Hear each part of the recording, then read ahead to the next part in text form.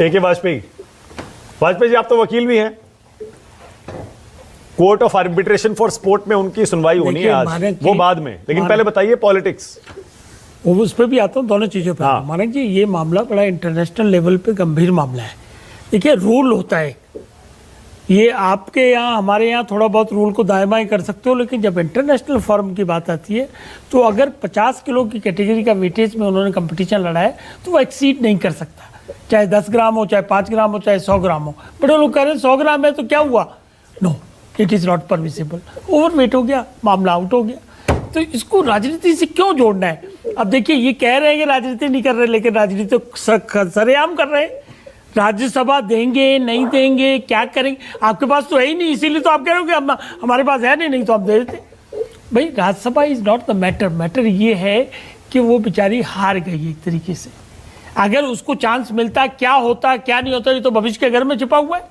लेकिन प्रधानमंत्री ने अपना फर्ज निभाया, पीटी उषा से फोन पे बात की, पीटी उषा ने केस फाइल किया इंटरनेशनल आर्बिट्रेशन में, और वो केस हो सकता है रात तक फैसला भी आ जाए।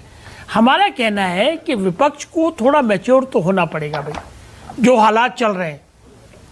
अगर गंभीरता से मुद्दों को नहीं उठाएंगे, ये बड़ा मुद्दा नहीं है कैसे इसमें राज्यसभा जाएगी कि नहीं जाएगी, ये बहुत बड़ा मुद्दा हो गया। विनेश ने पहले जो मुद्दे उठाए, आपको लगता है विधानसभा चुनाव में वो इशू नहीं बनेगा? वो अलग इशू, वो तो पुराना क्या हुआ वो अलग तो चेहरा है ना अभी ये मुद्दा राज्यसभा का उठा रहे हैं या कह रहे हैं साजिश है इसके पीछे, किसकी तरफ इशारा है इनका? साजिश है सरकार के पीछे, सरकार का क्या रोल है इसमें?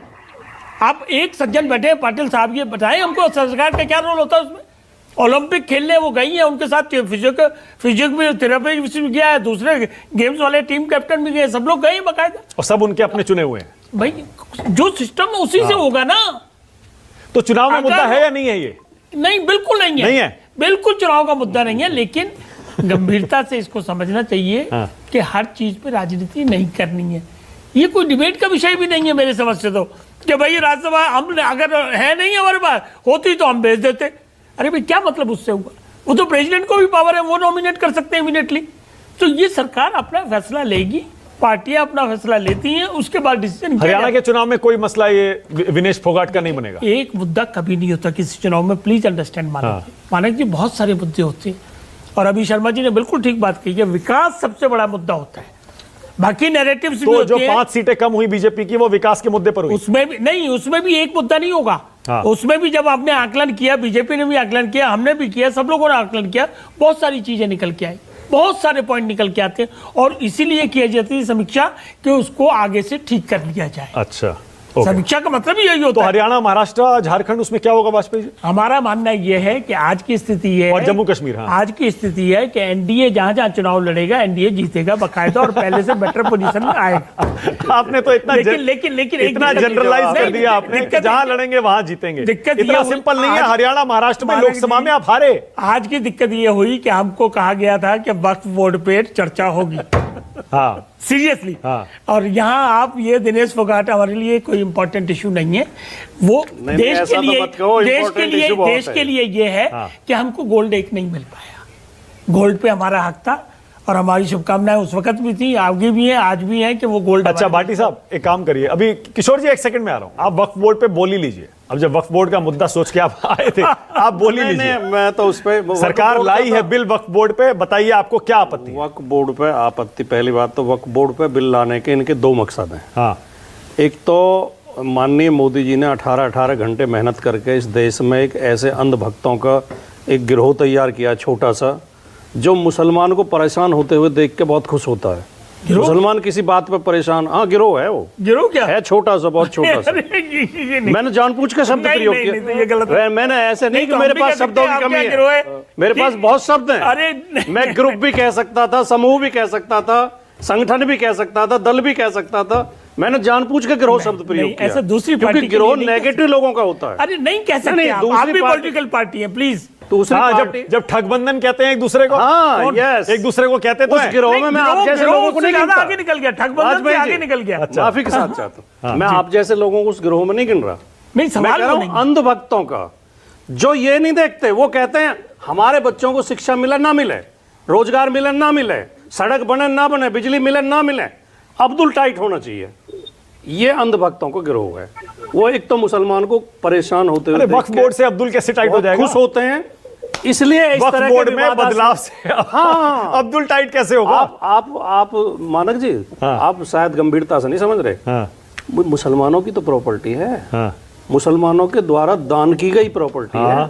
ये कह रहे हैं, रोजाना मैं देख रहा हूँ डिबेट में 9 लाख एकड़ 9 लाख एकड़ 9 लाख एकड़ सरकार ने थोड़ी दी है या किसी ने और ने थोड़ी दी है, वो सारी मुसलमानों की अपनी प्रॉपर्टी है। हाँ। और उस वक्फ में केवल मुसलमान ही मेंबर हो सकते हैं, महिलाएं नहीं हो सरकार सकती? ऐसी व्यवस्था है, महिलाएं हो सकती, कोई भी हो सकता तो ये तो मुद्दा है। लेकिन मुस्लिम नहीं, सरकार ऐसी व्यवस्था करने जा रही है, इसमें 40 बिंदु ऐसे हैं जो विवादास्पद है।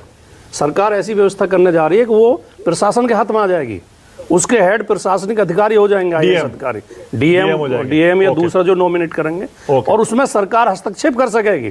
तो एक तो वजह ये, तो मंदिरों में तो पहले भी होती है। दूसरा ये कि भारतीय जनता पार्टी की नजर जमीनों पर है, देश की जमीनों पर। अपने मित्रों को मोदी जी अरे पर मंदिरों में भी तो सरकार का दखल है। उनकी नजर मंदिरों की जमीनों पर भी है, गुरुद्वारे की जमीन पर भी है। नहीं भाटी साहब, नहीं गोल मत करिए मुद्दा। नहीं गोल नहीं कर रहा। मंदिरों की जमीन पर संपत्ति में पहले ही उनके प्रशासन में सरकार का दखल है। मंदिरों में, मठों में, गुरुद्वारों में एक नियम ये भी है कि उसी धर्म के मानने वाले लोग ट्रस्ट में शामिल होंगे। यही वक्फ में भी होता है। अब ये गैर मुस्लिमों को ओके, बोलिए वाजपेयी जी, बोलिए। देखिए तो ये जो आखिरी बात जो मैं कह रहा था वो थोड़ी बीच में रही। जमीनों पर नजर है। अभी अयोध्या से भी खबर आ रही है कि सेना की बहुत सारी जमीन, पड़ाव की जमीन कुछ उद्योगपतियों को दे दी गई है। इस तरह जगह जगह बंदरबाट की जा रही है। ओके वाजपेयी जी, देखिए हमारी पार्टी का स्टैंड, जैसे ये बिल सर्कुलेट हुआ, सर्कुलेशन करके आया तो कैबिनेट की मीटिंग हुई, हमारी पार्टी का स्टैंड ये था कि इसको जेपीसी में भेजना चाहिए, स्टैंड पार्लियामेंट्री स्टैंडिंग कमेटी। और वो सरकार ने बात मान लिया। सरकार का लॉजिक ये है उसके पीछे कि अगर सब लोगों के विचार आ जाएंगे, जो स्टेक होल्डर हैं उनके विचार आ जाएंगे, तो एक अच्छा समाधान निकल के आएगा। इसीलिए सरकार ने खुद जेपीसी बनाई है और जेपीसी में जाके डिस्कशन होगा। लेकिन ये कहना गलत है। एक तरफ तो आप गंगा जमुनी तहजीब की बात करते हो, सेक्युलर की बात करते हो, और अगर बोर्ड बन जाएगा, एक संस्था है, वक्फ जो है एक संस्था है, प्लीज अंडरस्टैंड, अगर उसका बोर्ड में सेक्युलरिज्म आ जाए या गंगा जमुनी तहजीब आ जाए तो कहाँ ऐतराज है आपको, जो आप कह रहे हो कि नहीं? ये सेक्युलरिज्म नहीं है। अगर ये होता कि मस्जिद को हमको डिस्टर्बेंस कर रहे हैं या उसके लिए कोई रूल बना रहे हैं तो बात आपकी समझ आती, लेकिन ऐसा नहीं है। ये एक बोर्ड में ट्रांसपेरेंसी आ जाए, रेगुलराइज हो जाए चीजें। ट्रिब्यूनल की बात कर रहे हो, ट्रिब्यूनल तो हर जगह होते हैं। बैंक का ट्रिब्यूनल है, आर्मी का ट्रिब्यूनल है, एजुकेशन का ट्रिब्यूनल, कस्टम का ट्रिब्यूनल। कोर्ट का टाइम जब ज्यादा लगता है इसलिए ट्रिब्यूनल बनाया जाता है, क्योंकि ये क्वासी जुडिशियल अथॉरिटी होती है। किशोर तिवारी।